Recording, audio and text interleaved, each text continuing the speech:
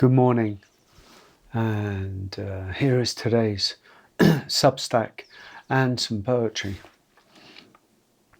The mirror of experience, from the echo of the ego to the doorway of awakening.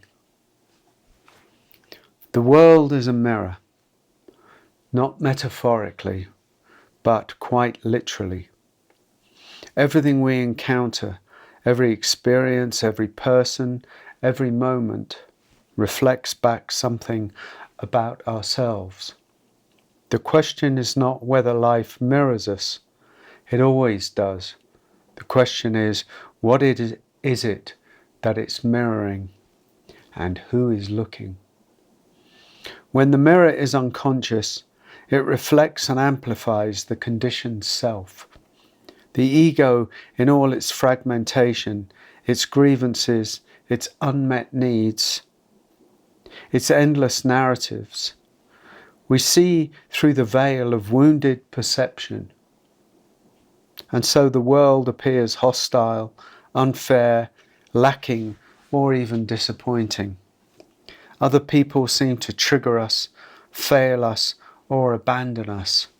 We project our pain onto life and receive it back, distorted, multiplied, reaffirmed.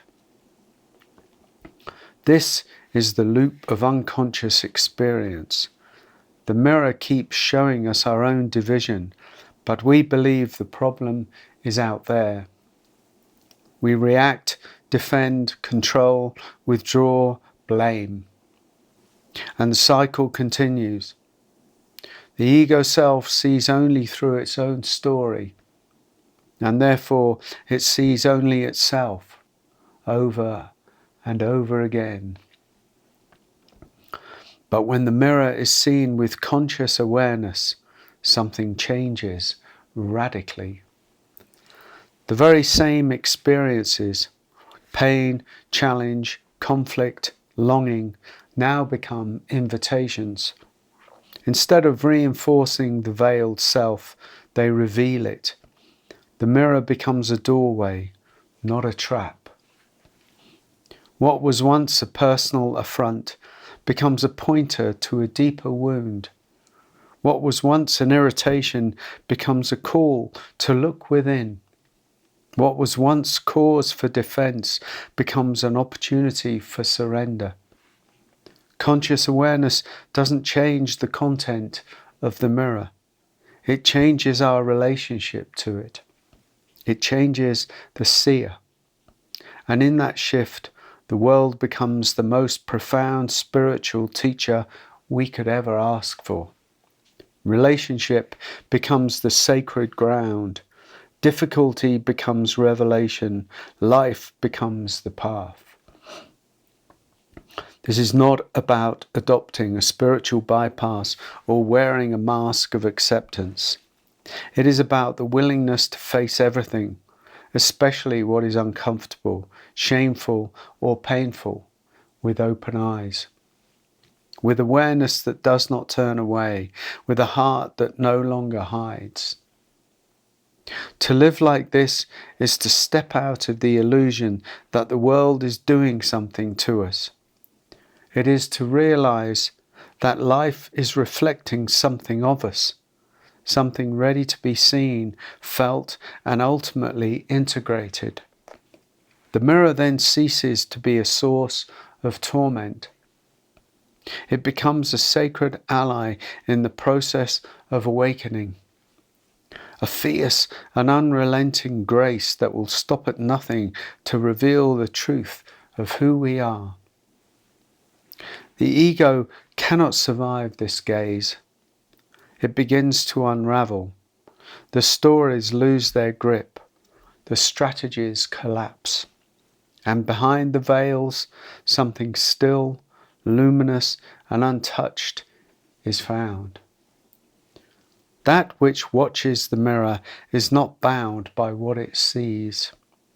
It is free. It is whole.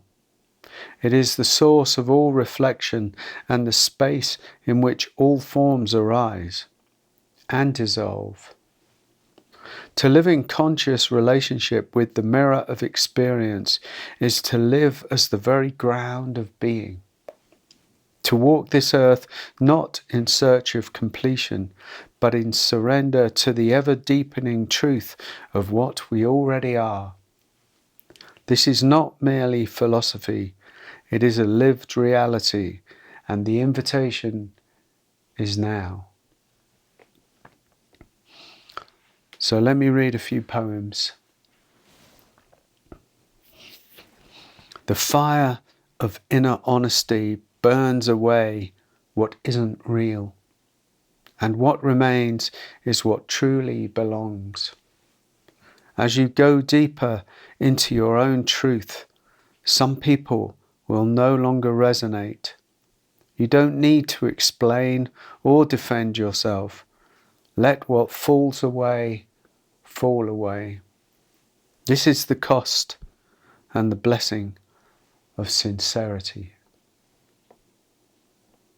We fight, we struggle, we suffer.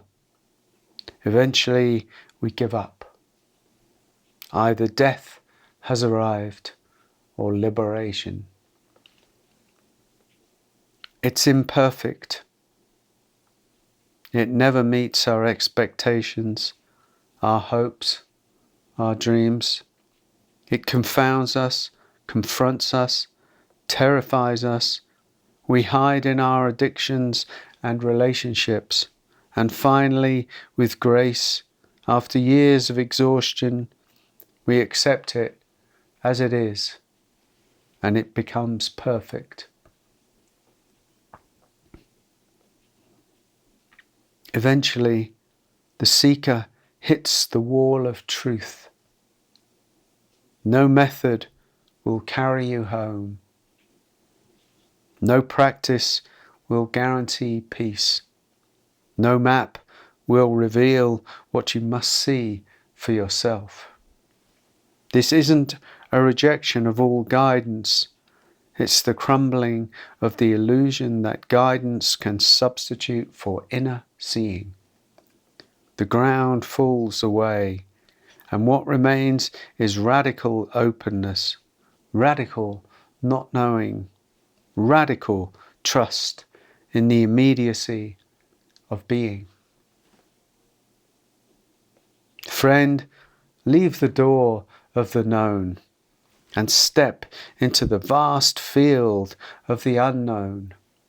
Face it with courage and surrender. It may be dark for a time, but soon the light will reveal itself.